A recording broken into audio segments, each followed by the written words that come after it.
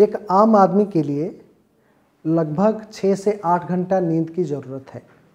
लेकिन कुछ लोग ऐसे होते हैं कि जो कम सो के अपना कामकाज सारे चला लेते हैं। उनको हम लोग अक्सर कहते हैं शॉर्ट स्लीपर्स। वो 4 से 6 घंटा सो के अपने सारे चीज़ों को सुचारू रूप से चला लेते हैं। कुछ लोग थोड़ा लॉन्ग स्लीपर्स होते हैं, वो लगभग 8 घंटा 9 घंटा ऐसे सोते हैं, उनको ज़्यादा नींद की ज़रूरत होती है। ऑन एन एवरेज एक हेल्दी इंडिविजुअल को 6 से 8 घंटा नींद की ज़रूरत होती है। लेकिन कुछ ऐसे समस्याएं हैं, ऐसे कुछ समस्याएं जिसमें नींद की कमी आ जाती है, जिसे हम लोग कहते हैं अनिद्रा की बीमारी। तो अपने नींद को बेहतर करने के लिए क्या किया जा सकता है? दवाई तो एक इलाज के रूप में इस्तेमाल की जाती है, लेकिन इलाज से पहले कुछ चीज़ों की अगर हम लोग ध्यान रखें तो एक अच्छी नींद हम लोग हासिल कर सकते हैं। उसको हम लोग कहते हैं अक्सर स्लीप हाइजीन। तो स्लीप हाइजीन क्या होता है? अक्सर देखा गया है कि लोग जो अपने बेड है, जिसको अक्सर सोने के लिए इस्तेमाल करना चाहिए, बेड को वो बहुत सारे चीज़ों के लिए यूज़ करते हैं। वहाँ पे बैठ के टीवी देखते हैं, वहाँ पे पढ़ते हैं, वहाँ पे खेलते हैं, वहाँ पे खाना खाते हैं, वहाँ पे बहुत सारे चीज़ें करते हैं। तो अक्सर ये कहा जाता है, जिन लोगों को नींद की समस्या है उनको अक्सर कहा जाता है कि आप बेड का इस्तेमाल तब करें जब आपको सोना हो। तो स्लीप पहला पॉइंट है, आपको ध्यान रखना है, बेड की इस्तेमाल तब करें जब आपको सोना हो। दूसरी चीज़, आपको अपने सोने का और जगने का टाइम जो है, इसको एक फ़िक्स टाइम पे करना चाहिए। हमारे जो नींद है, एक बायोलॉजिकल क्लॉक जिसे कहते हैं, वो रेगुलेट करता है। जैसे हम लोग कहते हैं, अक्सर कहते हैं सर्कैडियन रिदम।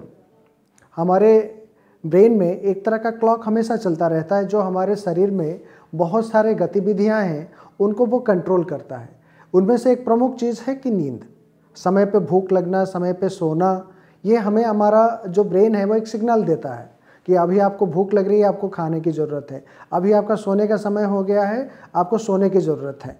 तो ये हम लोग, ये जो बायोलॉजिकल क्लॉक है, वो इसको हम कंट्रोल कर सकते हैं खुद से। कैसे कंट्रोल करें? अगर हम लगातार एक हैबिट बनाना है, लगातार एक पर्टिकुलर टाइम पे सोने जाएं, आप देखेंगे कि उसी समय आपको ऑटोमेटिकली नींद आ जाती है। तो इसलिए जिन लोगों को नींद की समस्या है, उनसे ये सुझाव है कि समय पे सोए, अपने समय पे जगे, ये टाइम को फिक्स करें।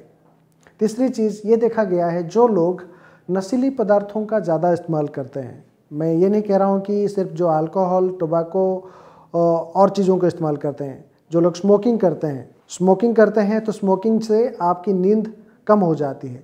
तो अक्सर ये कहा जाता है स्मोकिंग को कम कर दीजिए तो आपकी नींद बेहतर हो जाएगी।